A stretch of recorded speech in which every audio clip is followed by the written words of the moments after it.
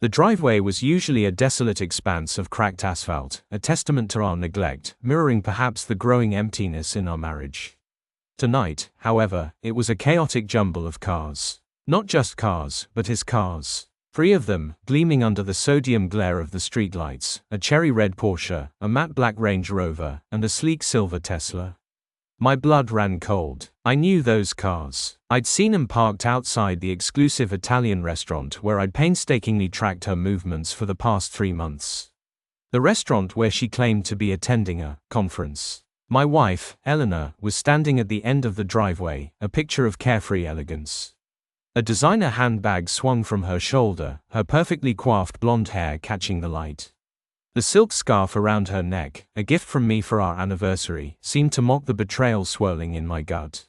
She was oblivious, blissfully, terrifyingly oblivious. The slam of my car door echoed in the sudden stillness. Eleanor turned, her smile faltering as she saw me. The carefully constructed facade crumbled, replaced by a flicker of something akin to fear.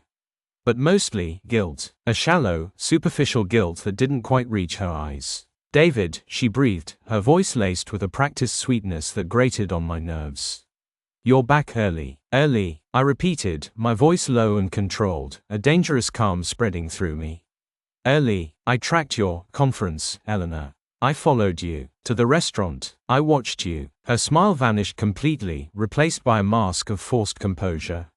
"David, there's a perfectly reasonable explanation," I cut her off, my voice rising in volume. "A reasonable explanation for 3 expensive cars belonging to the same man parked in my driveway. Is that the reasonable explanation you're going to give me?"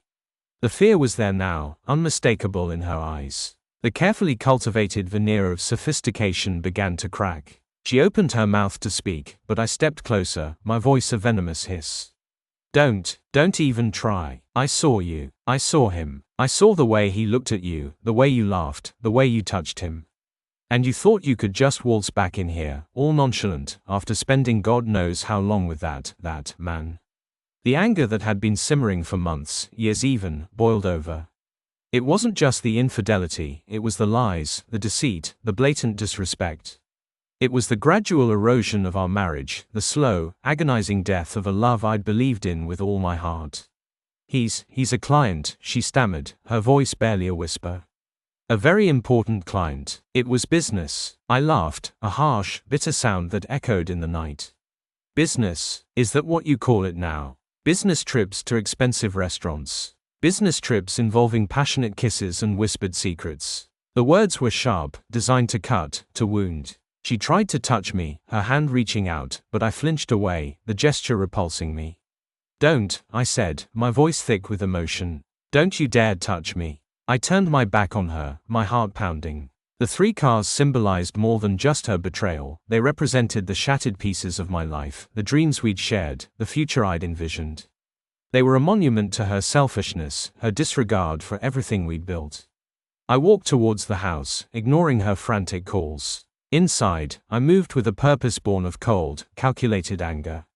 I grabbed my phone and began making calls. The first was to my lawyer. I laid out my plans for divorce, the details of the property division, the custody arrangements for our dog, Buster. It was swift, efficient, businesslike, in stark contrast to the emotional turmoil swirling inside me. Then I called my accountant. Then, I called a moving company. Eleanor's desperate pleas and sobbing were a background hum to my carefully orchestrated dismantling of our lives. It wasn't just about revenge, it was about reclaiming my life, my dignity, my sanity. It was about severing the poisonous tendrils that had been slowly strangling me.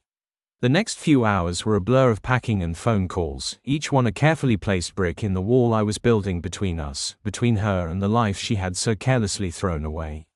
The following day was even more brutal. I filed for divorce. I initiated proceedings to freeze her assets. I had meticulously documented everything over the past 3 months, her expensive lunches, her designer clothes, her frequent trips, even the lavish gifts she'd received from her client.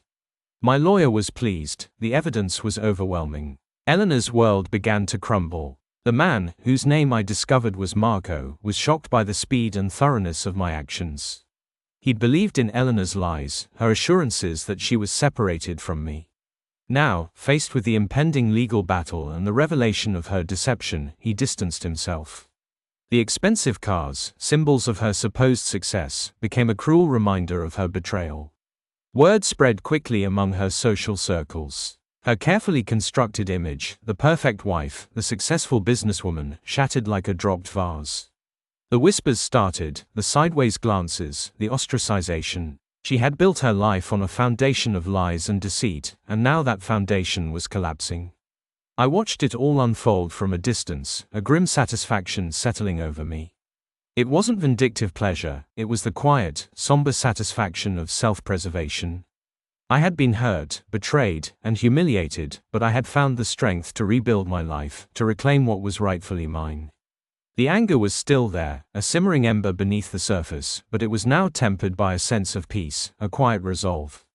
The divorce was finalized 6 months later. Eleanor walked away with a significantly smaller portion of our assets than she'd expected, a bitter consequence of her deceit.